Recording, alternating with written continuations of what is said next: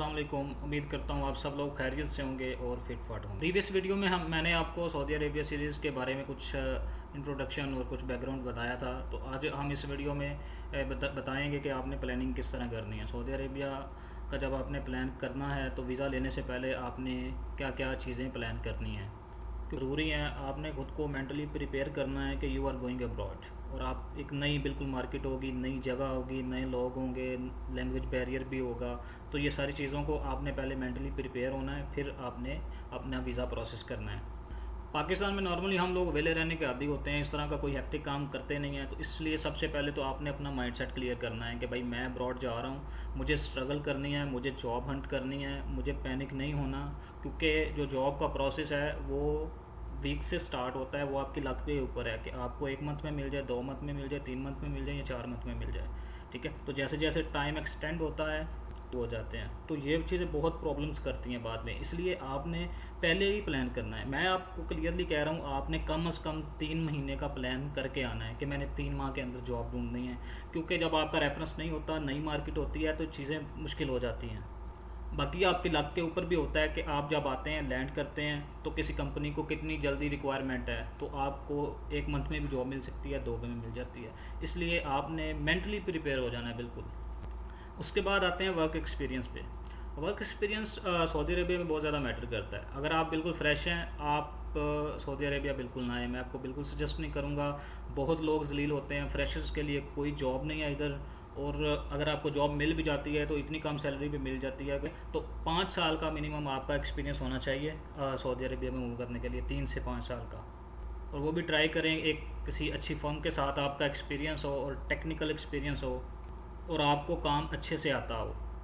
क्योंकि Saudi Arabia में जो ज़्यादातर जॉब्स हैं वो कंस्ट्रक्शन के रिलेटेड हैं, इंडस्ट्री के रिलेटेड हैं। और बस यही है कि अगर आप फ्रेश हैं तो आपने डिसाइड नहीं करना। अगर आपके पास 3 से 5 साल का एक्सपीरियंस है तो देन आप डिसाइड करें कि मैं सऊदी अरेबिया जाऊँगा।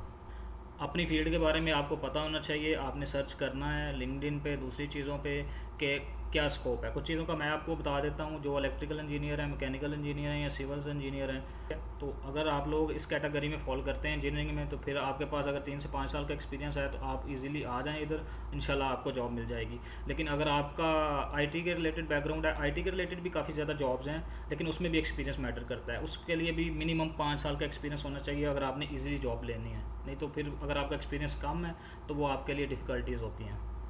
फाइनेंशियल प्लानिंग ये सबसे ज़रूरी है, क्योंकि आपके पास पैसे कितने हैं इंपॉर्टेंट है। क्योंकि जब आपने सऊदी अरेबिया में आना है, पूरे प्रोसेस के लिए आपके पास उसके लिए बजट होना चाहिए। वो मैं आपको बताऊंगा कि टोटल आपके पास कितनी कॉस्ट होनी चाहिए, लेकिन मैं आपको एक रफ एस्टीमेट देता हूँ। आपके पास 10 लाख से 12 लाख रुपए होना चाहिए, जिसमें आपका वीज़ा प्रोसेस है, टिकट्स है, और इधर आके आपका रेंट, अकोमोडेशन का, आपके फूड के चार्जेस, फिर आपके ट्रैवलिंग के चार्जेस।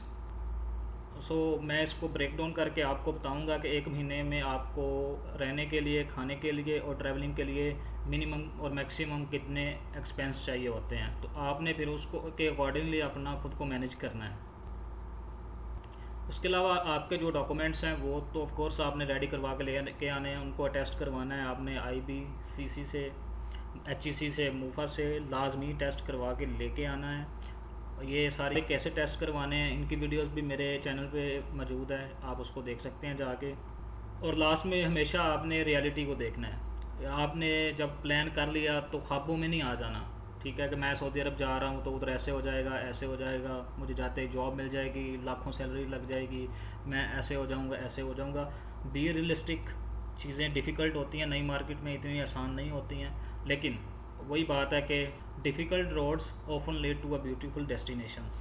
अगर आप शुरू में तकलीफ़ देख लेंगे, आपकी जो गोल्स हैं, आपकी जो फ्यूचर है, वो इंशाल्लाह बेहतर हो जाएगा। ड्राइविंग लाजमी सीखें, उसका लाइसेंस भी पाकिस्तान से लेके आएँ, वो भी मैटर करता है इधर। लेकिन इधर आके आपको लाइसेंस भी चाहिए होगा। अगर आपकी कोई जॉब सेल्स के रिलेटेड है या आप ड्राइवर हैं तो आपको लाइसेंस मस्ट है।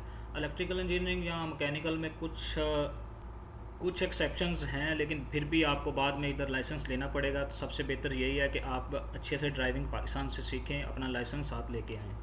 कॉस्ट के बारे में मैं साथ साथ वीडियो में बताता जाऊंगा कि वीज़ा की कितनी कॉस्ट है। जब हम टिकट की बात कर रहे होंगे तो टिकट की कॉस्ट, और जब हम ये जो सिटी सेलेक्ट कर रहे होंगे फिर उसमें जो आपके अकोमोडेशन के चार्जेस हैं, आपके ट्रैवलिंग के चार्जेस हैं, वो सारे मैं एक्सप्लेन कर दूँगा।